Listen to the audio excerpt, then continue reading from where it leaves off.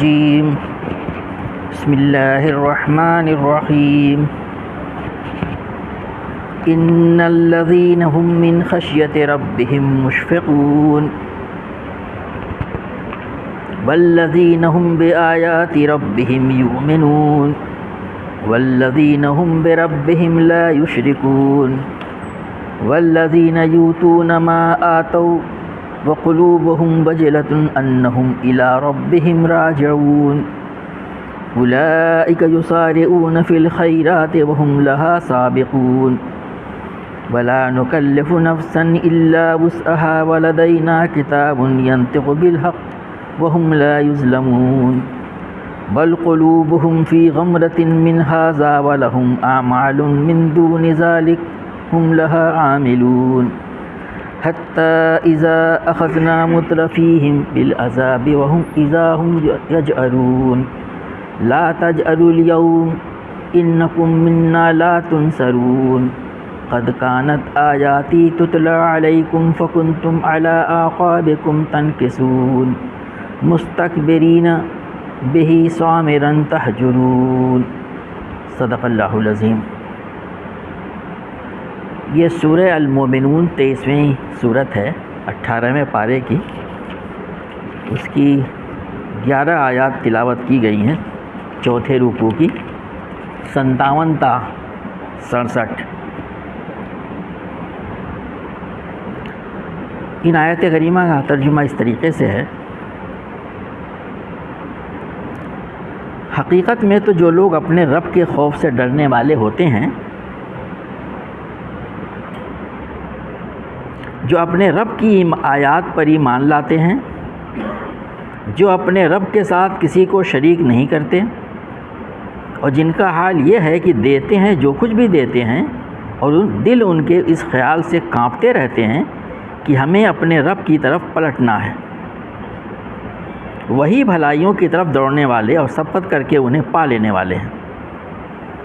ہم کسی شخص کو اس کی مقدرت سے زیادہ تکلیف نہیں دیتے، اور ہمارے پاس ایک کتاب ہے جو ہر ایک کا حال ٹھیک ٹھیک بتا دینے والی ہے، اور لوگوں پر ظلم بہرحال نہیں کیا جائے گا، مگر یہ لوگ اس معاملے سے بے خبر ہیں، اور ان کے اعمال بھی اس طریقے سے جس کا اوپر ذکر کیا گیا ہے بریکٹ میں مختلف ہیں۔ وہ اپنے ایک کرتوت کیے چلے جائیں گے، یہاں تک کہ جب ہم ان کی عیاشوں کو عذاب میں پکڑ لیں گے تو پھر وہ ڈکارنا شروع کر دیں گے: اب بند کرو اپنی فریاد و فغاں، ہماری طرف سے اب تمہیں کوئی مدد نہیں ملنی۔ میری آیات سنائی جاتی تھی تو تم رسول کی آواز سنتے ہی الٹے پاؤں بھاگ نکلتے تھے، اپنے گھمنڈ میں اس کو خاطر میں نہ لاتے تھے، اپنی چوپالوں میں اس پر باتیں چھانٹتے اور بکواس کیا کرتے تھے۔ سورہ مومنون جیسا عرض کیا گیا کہ یہ مکی صورت ہے اور پوری طور سے حق و باطل کا مارکا بپا ہے۔ نبی کریم صلی اللہ علیہ وسلم یہ قرآن ان کو سناتے تھے، اسلام کی دعوت اسی قرآن سے۔ اس کے نتیجے میں 2 طرح کے گروہ ہوتے تھے، ایک وہ جو مومنین صادقین ہوتے تھے، اس کا ذکر بھی کیا گیا ہے، اور وہ ہوتے ہیں جو غفلت میں پڑے ہوئے ہیں، بات سمجھ میں آتی ہے لیکن مان کے نہیں دینا ہمیں۔ یاد رہے کہ آیتیں کفار مکہ کے سامنے پیش کی جا رہی تھی، جہاں پہ بس 2 ہی گروپ تھے، یا تو مان لیتے تھے وہ لوگ، مومن ہو جاتے تھے، وہ ہیں ہمارے صحابہ کرام رضوان اللہ تعالیٰ اجمعین، دنیا کی جو بہترین مثال ہے وہ۔ دوسرے وہ لوگ جو ہوتے تھے کچھ ٹائم لیتے تھے لیکن پھر مان وہ بھی جاتے تھے۔ حضرت عمر وہ دیکھیے 6 سال لگے تقریباً ان کو، اور یہ مان لائے تو پھر کیا ہوئے وہ؟ سیدنا عمر فاروق رضی اللہ تعالیٰ۔ یہ کچھ دوسرے لوگ ہیں بس سنتے رہے یہاں تک کہ اپنے آخری انجام کو پہنچے غزوہ بدر میں 70 کے حریف مارے گئے۔ تو یہاں پہ جو ذکر کیا جا رہا ہے کیا رویہ ہوتا تھا ان کا، اور مومنانہ رویہ کیسا ہونا چاہیے، اور یہ قیامت تک کے لیے ہے، یہ اسی طرح کے 2 گروپس ہوں گے۔ تو اس طرح آدمی کو ہمیشہ اپنے بارے میں اپنا خود محاسبہ کرتے رہنا چاہیے، ان آیات کی روشنی میں خود بھی اپنا۔ تو اس کے پہلے جو ذکر آیا تھا، اس کے کہا گیا تھا کہ جو لوگ غافل ہیں ان کے بارے میں کہا گیا تھا، آخری آیت تھی: نُسَارِعُ لَهُمْ فِي الْخَيْرَاتِ بَل لَا يَشْعُرُونَ۔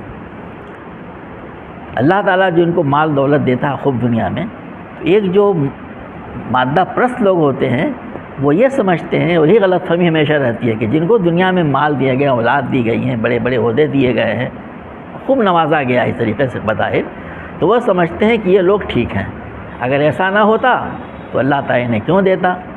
اور دوسری طرف وہ لوگ یہ دیکھتے ہیں، اس کی مثالیں بھی دیتے ہیں کہ کچھ لوگ جو حق کی بات کرتے ہیں، حق کی دعوت کا کام کرتے ہیں، نیکی پہ جمے رہتے ہیں، صبر و سکون سے کام لیتے رہتے ہیں، اور پھر بھی پریشان رہتے ہیں۔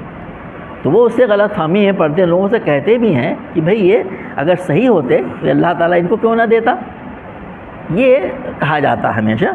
تو قرآن پاک میں اس سلسلے میں کئی جگہ یہ بات کہی گئی، ان سے جو کہا کرتے تھے وہ کہا جا رہا ہے، یہ اکثر یہ کہا کرتے تھے نحن اکثر اموالا و اولادا وما نحن بمعذبین، یہ سورہ سبا کی آیت ہے۔ انہوں نے ہمیشہ یہی کہا کہ اگر ہم تم سے زیادہ مال اور اولاد رکھتے ہیں اور ہم ہرگز سزا پانے والے نہیں ہیں، یہ ان کی دلیل تھی۔ ہمارے پاس مال اولاد اس وقت ہی دولت ہوتی تھی، ہمارے زیادہ ہے تو اللہ تعالیٰ ہمیں عذاب نہیں دے گا، وہ بتاتے ہو دنیا میں ہمیں کیوں نوازتا ہے، یہ کہا کرتے تھے وہ۔ یہ غلط فہمی آج بھی بہت سے لوگوں کو رہتی ہے۔ اللہ تعالیٰ کیا فرماتا ہے، والذین کذبوا بآیاتنا سنستدرجهم من حیث لا یعلمون، یہ سورہ اعراف کی آیت ہے۔ رہے وہ لوگ جنہوں نے ہماری آیات کو جھٹلا دیا ہے تو ہم انہیں بتدریج ایسے طریقے سے تباہی کی طرف لے جائیں گے کہ انہیں خبر تک نہ ہوگی۔ اور آگے فرمایا گیا وَأُمْلِي لَهُمْ إِنَّ كَيْدِي مَتِينٌ، میں ان کو ڈھیل دے رہا ہوں اور میری چال کا کوئی توڑ نہیں ہے۔ تو پچھلی مرتبہ درس میں کہا جا رہا تھا کہ جیسے مچھلی پکڑنے والے ہوتے ہیں تو پھر مچھلی کو ڈھیل دے دیتے ہیں، منہ میں لے کر کے خوب آگے تک چلی جاتی ہے، یہاں تک مچھلی پھنس جاتی ہے، پھر کھینچتا ہے شکاری جو ہوتا ہے۔ چڑیا کا شکار کرنے والا بھی ایسے ہی کرتا ہے، اس کو کچھ دن ہوتا ہے دیر تک ڈھیل دیتا ہے۔ اللہ تبارک و تعالیٰ بھی ایسے ہی کہہ رہا ہے اس کو کہ میں اس کو ڈھیل دیتا ہوں۔ تو یہ اس کو سمجھتے ہیں کہ ہم کو اللہ تعالیٰ ہم کو نواز رہا ہے کہنے کے لیے۔ اسی چیز کا ذکر قرآن میں جگہ جگہ اللہ تعالیٰ نے کیا ہے۔ تو یہاں پہ بھی اسی سلسلے میں یہ بات کہی گئی ہے کہ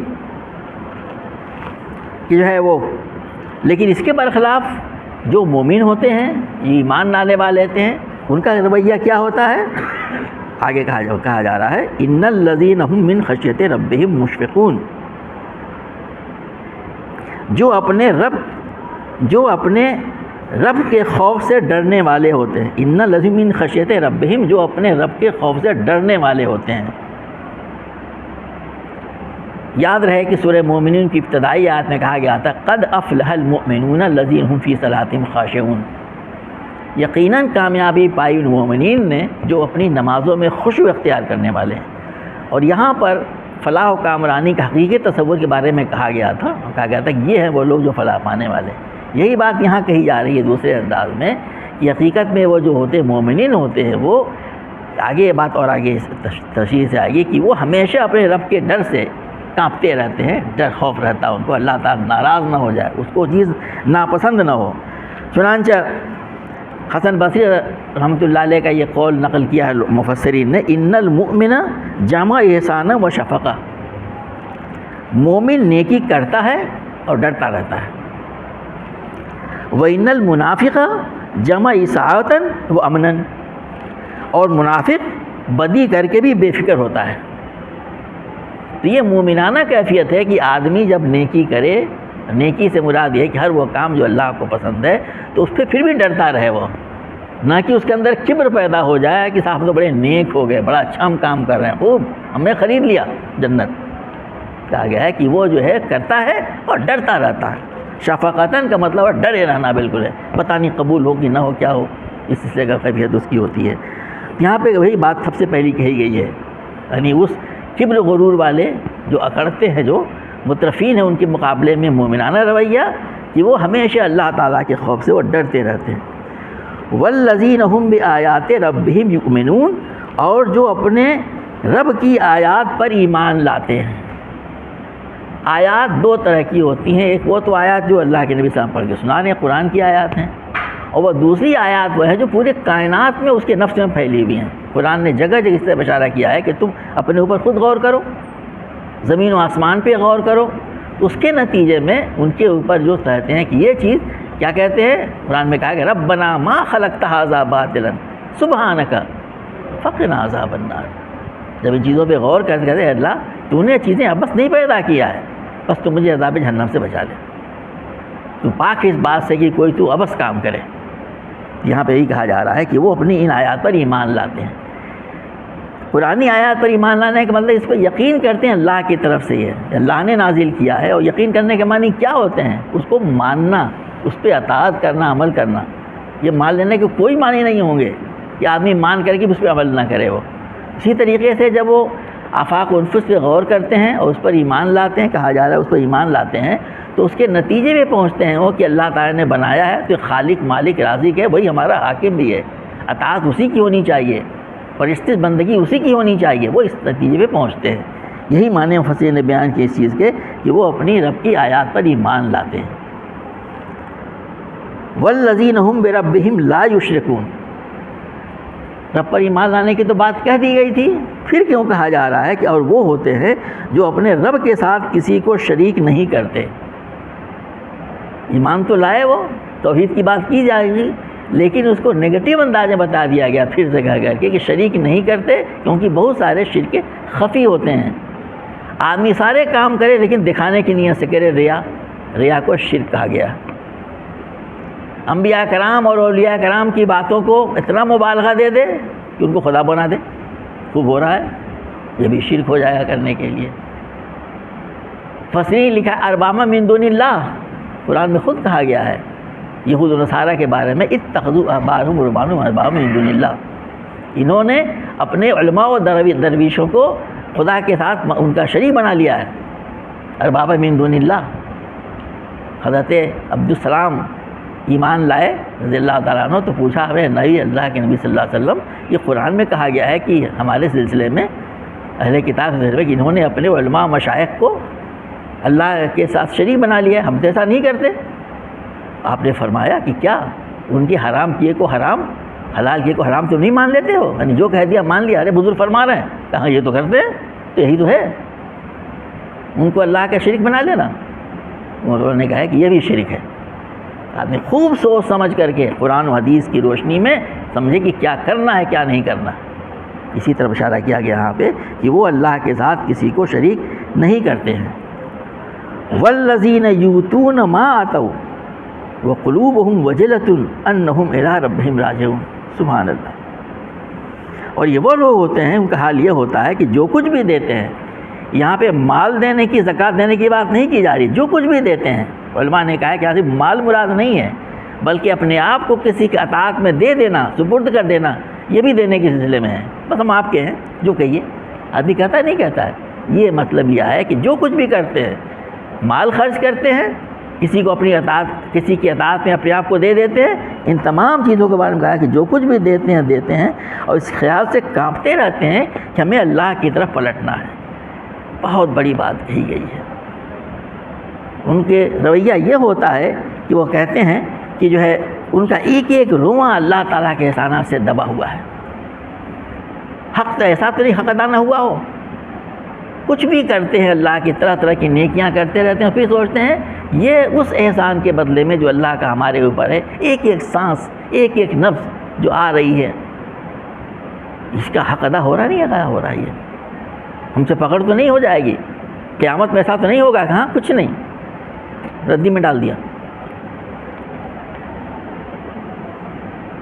یہ حال ہوتا ہے ان کا۔ یہ مومنانہ صفت یہ ہے، آدمی کرے عمل اور ڈرتا رہے، نیکی کر رہے ہیں، اللہ کے راستے میں مال خرچ کر رہے ہیں، تمام کی تمام چیزیں وہ کرتے جا رہے ہیں جو اللہ نے اور کیا رسول نے بتائی ہیں، اس کے باوجود انہم الی ربہم راجعون، ہمیں اپنے رب کی طرف ان کو جانا ہے۔ اکثر یہ بات ہمارے دروس اور مجلسوں میں بتائی جاتی ہے کہ ہمیں اللہ کے نبی صلی اللہ علیہ وسلم نے دعائیں سکھائی ہیں، تمام تر دعاؤں میں یہ چیز غالب ہوتی ہے کہ ہمیں پلٹنا اللہ کی طرف ہے۔ کھانا کھا رہے ہیں، سواری پہ چڑھ رہے ہیں، اٹھ رہے ہیں سو کر کے، سامنے جا رہے ہیں، ہمیں یاد ہوگا اس کو اشارے کی طرف کیا جا رہا ہے، ہر ایک میں ملے گا آپ کو کہ ہمیں اللہ کی طرف پلٹنا ہے۔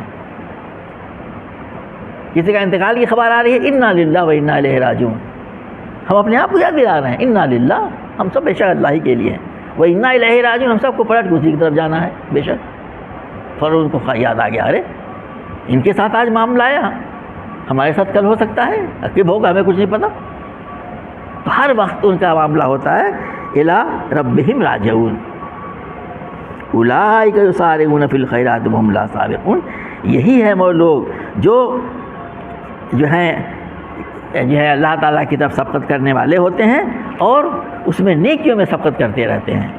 تو ان کا معاملہ یہ تھا جو کفار کا ذکر کیا گیا تھا کہ جب وہ ان کو اللہ تعالیٰ دے رہا تھا، ان کے بارے میں فرماتا ہے، قرآن کی آیت آئی تھی اس سلسلے میں، نسارع لہم فی الخیرات، ہم ان کو مال اولاد دیے جا رہے ہیں، نیکیاں ان کو دیے جا رہے ہیں، مال دیے جا رہے ہیں۔ نسارع وہ اپنے بارے میں اللہ تعالیٰ کہہ رہا ہے، وہ سمجھتے ہیں کہ بڑا اچھا ہمارے ساتھ ہو رہا ہے، ہم سے اللہ خوش ہے۔ اور مومنانہ رویہ کیا ہے؟ وہ خود بڑھ کر کے نیکی کی طرف، یہاں پہ کہا جا رہا ہے یسارعون اولئک یسارعون فی الخیرات، الفاظ وہی ہیں، اللہ تمہارے نسائروں کا میں ہم دے رہے ہیں، اور یہاں کہا ہے کہ یسارعون فی الخیرات، وہ نیکیوں کی طرف سبقت کرنے والے ہوتے ہیں، وہم لہا سابقون، اور اس کی میں سبقت لے جائیں گے وہ۔ یہ ہے کام کرنے کا کہ نیکیوں میں آدمی سبقت کرے، نیکیوں میں آگے بڑھنے کی کوشش کرے، یہ رویہ مومنانہ ہوتا ہے۔ ذہن میں خیال اکثر آتا رہتا ہے، ارے بڑے مشکل کام ہے یہ، ایسا کرنا پڑے گا، ایسا کرنا پڑے گا۔ قرآن پاک بار بار کہتا ہے، حدیث میں اس کی صراحت کی گئی کہ الدین یسر، دین آسان ہے۔ اسی طرح اشارہ کیا کہ ولا نکلف نفسا الا وسعہا، ہم کسی شخص کو اس کی مقدرت سے زیادہ تکلیف نہیں دیتے۔ اللہ تعالیٰ ہمارا خالق ہے، مالک ہے، ہماری تمام کمزوریوں، اچھائیوں، مضبوطیوں سے اس سے زیادہ کوئی واقف نہیں ہے۔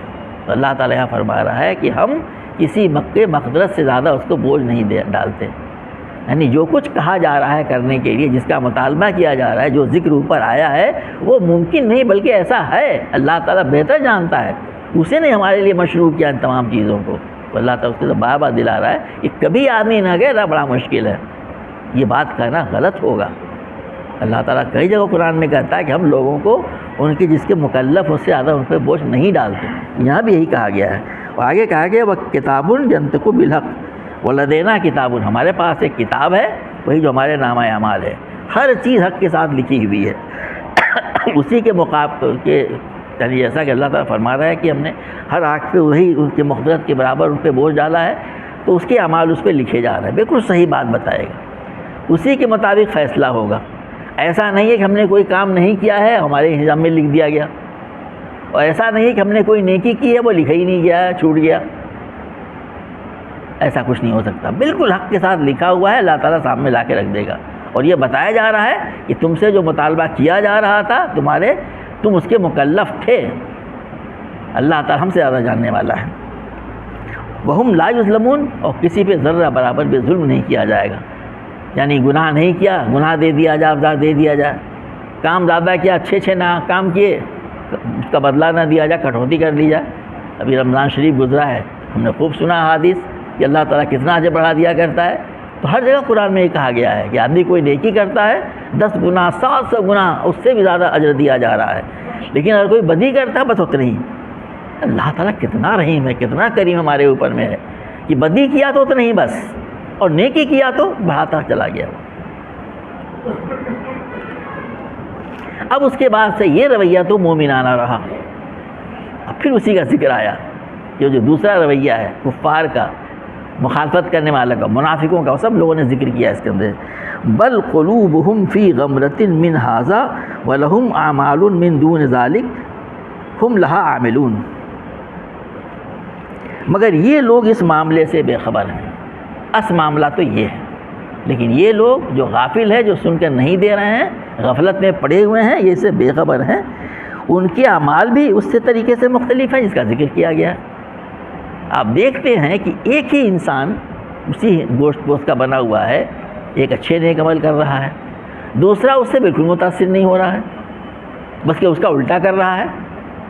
آج کل بھی آپ دیکھتے ہوں گے کچھ لوگ ہوتے ہیں، باہر نکلتے ہیں، حالات کی طرف دیکھتے ہیں، خبریں آتی ہیں طرح طرح کی، اتنا آدمی پریشان ہوتا ہے کہ ارے چھوڑو، کچھ دل نہیں لگ رہا ہے، ایسے حالات میں ہم کیا کریں۔ اسی جگہ ایک دوسرا گروہ ہوتا ہے، وہ ایسے عیاشیوں گلچھریوں میں غفلت میں مدہوش ہوتا ہے کہ لگتا ہی نہیں ہے کہ دنیا میں کوئی خرابی بھی ہے، کوئی غمی بھی ہے، کوئی پریشانی بھی ہے، کچھ لوگ پریشان ہیں، کچھ لوگ بھوکوں مر رہے ہیں، کچھ لوگ تڑپ رہے خون سے، پتہ نہیں چل رہا، ہو نہیں رہا یہاں پہ۔ اللہ تعالیٰ اسی طرح اشارہ کر رہا ہے ان کفار کے بارے میں کہ وہ اپنے غفلت میں پڑے ہوئے ہیں اور یہ کرتوت وہ کرتے چلے جائیں گے، یعنی اس سے زیادہ بھی کریں گے. یعنی ہوتا ہے کہ ایک نہیں رکنا تو درکنار، اور اس سے زیادہ برائیاں کرتے چلے جاتے ہیں، کہا جائے کہ اور دوسرے اعمال وہ کرتے چلے جائیں گے، اس میں کرتے رہیں گے وہ.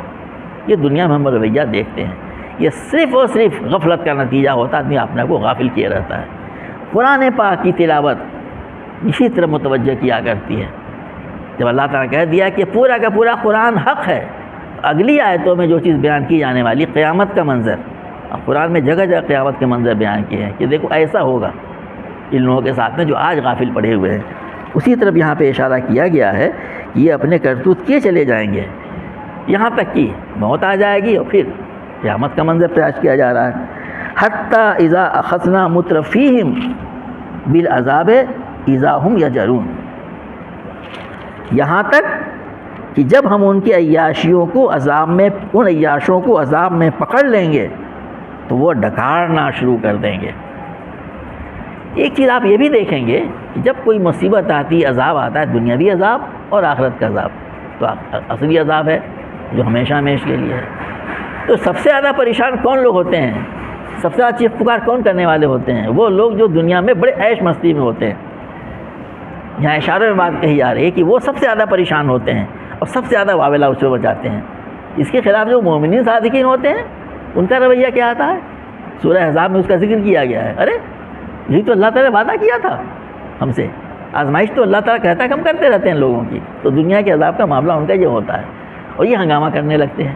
یہاں قیامت کا منظر کھینچا گیا ہے جب ان کی عیاشوں کو، مترفین کو، عذاب تو سب پہ آئے گا لیکن مترفین کا ذکر اس لیے کیا مفسرین کہتے ہیں کیونکہ انہی کی اتباع دوسرے لوگ کرتے ہیں، انہی کو لال ٹپکتی نظروں سے لوگ دیکھتے رہتے ہیں. تو کہا گیا ان کو جب پکڑا جاتا ہے تو یہ خوب چیخ پکار شروع کرتے ہیں، یجعرون، ڈکارنا شروع کرتے ہیں. اللہ نے کیا منظر کھینچا ہے ان کا، خوب چیخیں پکارتے ہیں، خوب مضامین لکھیں گے صاحب، وہ کہ صاحب کیا مصیبت آ جاتی ہے ان لوگوں کی وجہ سے. آپ مضامین پڑھتے ہوں گے آپ لوگ، کون لوگ ہوتے ہیں یہ. اللہ تعالیٰ فرماتا ہے لا تجعلوا اليوم، بند کرو اپنی فریاد و فغاں. منظر اللہ نے کیا، اللہ تعالیٰ یا تو ماحول بتائے گا یا اللہ کے فرشتے بتائیں گے، اللہ تعالیٰ خود کہہ رہا ہے لا تجعلوا اليوم، بند کرو اپنی فریاد و فغاں. انکم منا لا تنصرون، ہماری طرف سے تمہیں کوئی مدد نہیں ملنی ہے. دنیا میں جب تم سے کہا جا رہا تھا چھوڑ دو اس روش کو، اللہ کی بندگی کی طرف پلٹ آؤ، شیطان کی بندگی کو چھوڑ دو، تم نہیں مانتے تھے، تو کہا جا رہا ہے اب تمہاری کوئی مدد کہیں سے نہیں ملنی ہے ہماری طرف سے. بھائی اللہ کی طرف سے پھر کہاں سے ملنے والی ہے؟ قد کانت آیاتی تتلی علیکم فکنتم علی اعقابکم تنکسون، میری آیات جب سنائی جاتی تھی تو تم رسول کی آواز سنتے ہی الٹے پاؤں بھاگ نکلتے تھے.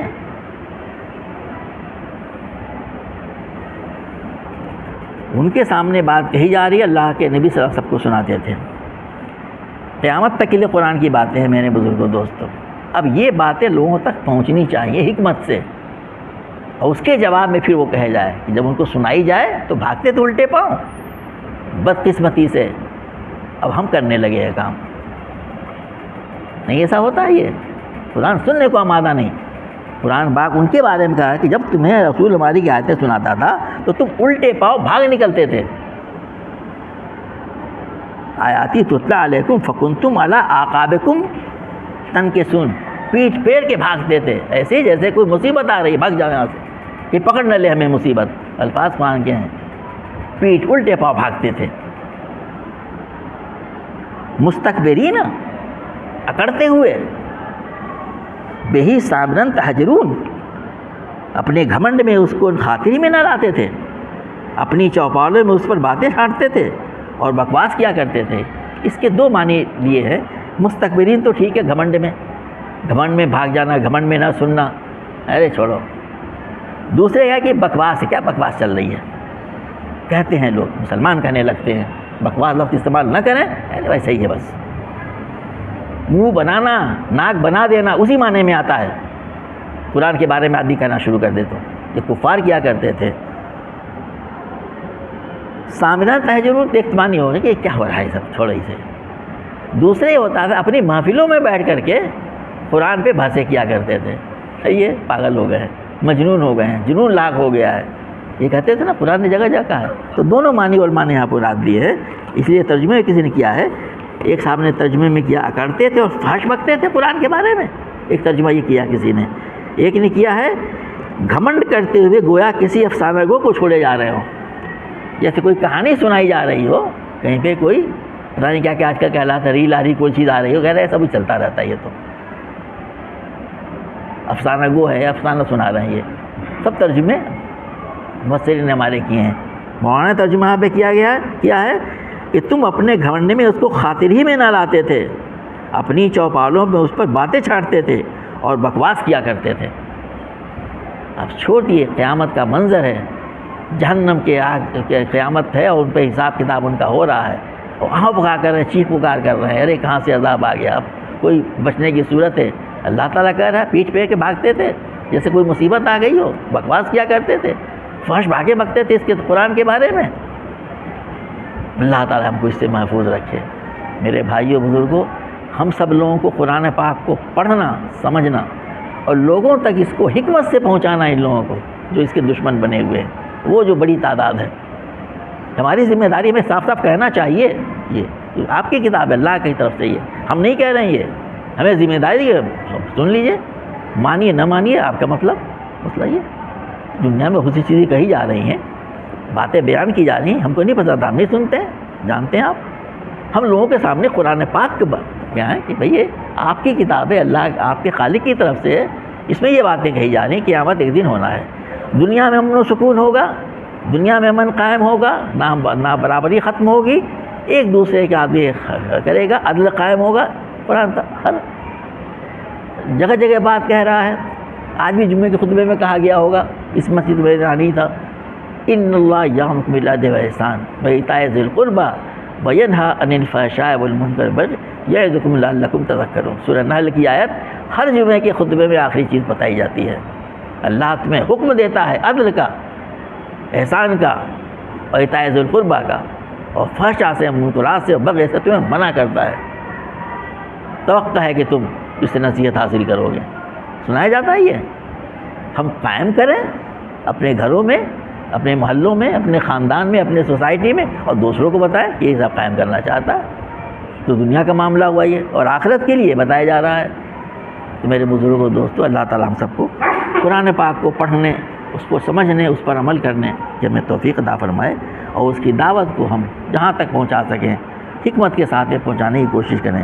اللہ تعالیٰ ہمارا حامی و ناصر ہو۔ ربنا تقبل منا انک انت السمیع العلیم وتب علینا انک التواب الرحیم۔ سبحان ربک رب العزۃ عما یصفون وسلام علی المرسلین والحمد للہ رب العالمین۔